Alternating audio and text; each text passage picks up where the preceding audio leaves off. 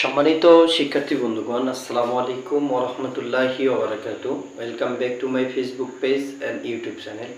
আশা করি আপনারা সকলেই ভালো আছেন। আলহামদুলিল্লাহ, আমিও ভালো আছি। তো অনেকদিন পর আমি আপনাদের মাঝে ফিরে আসলাম। বিভিন্ন ব্যস্ততার কারণে আমি আসলে ক্লাসগুলো ওইভাবে ভিডিও করতে পারিনি। তো অনেকদিন পর ফিরে আসলাম, এজন্য আমাকে ক্ষমা দৃষ্টিতে দেখবেন। তো আজকে আমরা যে গুরুত্বপূর্ণ ক্লাসটি করব, এটা হলো আমরা এখানে দেখতে পাচ্ছি যে রসায়ন নবম দশম শ্রেণী, অর্থাৎ নবম দশম শ্রেণীর ক্ষেত্রে রসায়নটা আজকে আমরা ক্লাস করব। আজকে আমাদের ক্লাস হবে অধ্যায় ৮, রসায়ন ও শক্তি। অর্থাৎ রসায়ন ও শক্তির ক্ষেত্রে ৮ অধ্যায়ের ক্ষেত্রে যে গুরুত্বপূর্ণ বিষয়গুলো আছে, আমরা মূলত এই গুরুত্বপূর্ণ বিষয়গুলো নিয়েই আলোচনা করি। তো আমরা এখানে দেখতে পাচ্ছি ক্লাস নং ১। তো টপিক হচ্ছে রাসায়নিক শক্তি। অর্থাৎ আজকের আমরা টপিক করব হচ্ছে রাসায়নিক শক্তি কয় ধরনের এবং রাসায়নিক শক্তি কাকে বলে।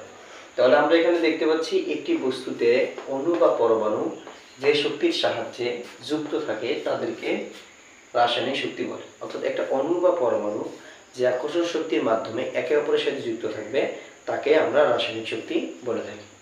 তো এখানে রাসায়নিক শক্তির উৎস হলো দুইটা, বা রাসায়নিক শক্তির প্রধান উৎস হলো দুইটা।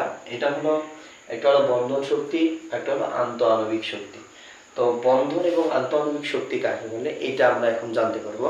তো আমরা এখানে দেখতে পাচ্ছি যে বন্ধন শক্তি, বস্তু বা যৌগে আবদ্ধ একটি পরমাণুর সাথে আরেকটি পরমাণু যে আকর্ষণ শক্তির মাধ্যমে যুক্ত থাকে তাকে বন্ধন শক্তি বলে। অর্থাৎ একটা যৌগ বা বস্তুর মধ্যে একটি পরমাণু আরেকটি পরমাণু যে একে অপরের সাথে যে আকর্ষণ শক্তির মাধ্যমে যুক্ত থাকে তাকে সাধারণত আমরা বন্ধন শক্তি বলে থাকি।